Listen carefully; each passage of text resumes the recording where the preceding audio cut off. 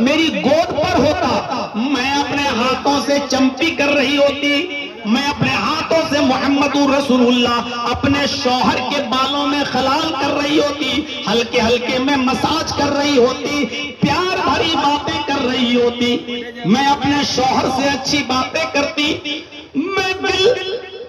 میاں بیوی کے حقوق میں پیار بھری باتیں کر رہی ہوتی، اللہ کے رسول مجھ سے اور میں اللہ کے نبی سے باتیں کر رہی ہوتی، اور آپ کا سر میری گود میں ہوتا، اتنے میں حضرت بلال کے اذان کی آواز آتی، اللہ اکبر اللہ اکبر، جیسے ہی بلال کے اذان کی آواز محمد رسول اللہ کے کانوں میں جاتی، آپ فوراً اپنا سر میری گود سے اٹھا دیتے، میں آپ کو ہاتھ پکڑ کر روکنا چاہتی، ابھی تو اذان ہو رہی ہے، ابھی تو اذان ہو رہی ہے، اٹھ جائیے گا، چلے جائیے گا، میں کہاں روک رہی ہوں، لیکن اللہ کے نبی پھر رکنے کا نام نہیں لیتے، میں آپ کو پکڑ رہی ہوتی، آپ مجھے دھکا دے دیتے، آپ مجھے ایک سائیڈ کر دیتے، اور پھر میری طرف نظر اٹھا کے نہیں دیکھتے، سیدھے کنویں کی طرف آتے، پانی نکالتے اور وضو بناتے اور سیدھے مسجد کی طرف جاتے،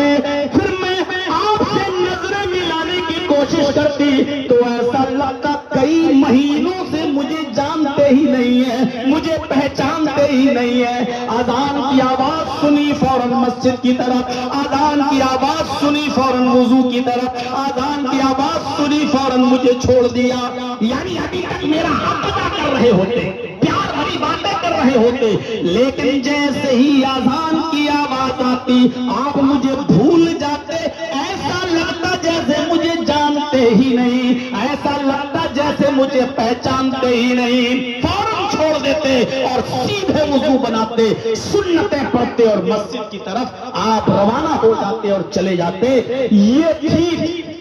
صورت عمل نیک کام میں جلدی کرنا۔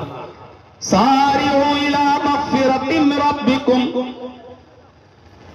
وجنۃ، اپنے رب کی مغفرت کی طرف اور حصول جنت کی طرف دوڑ لگاؤ، بھاگو، جلدی کرو نیک کام میں، جنت کو پانے کے لیے جلدی کرو۔ دو واقعات ہو گئے،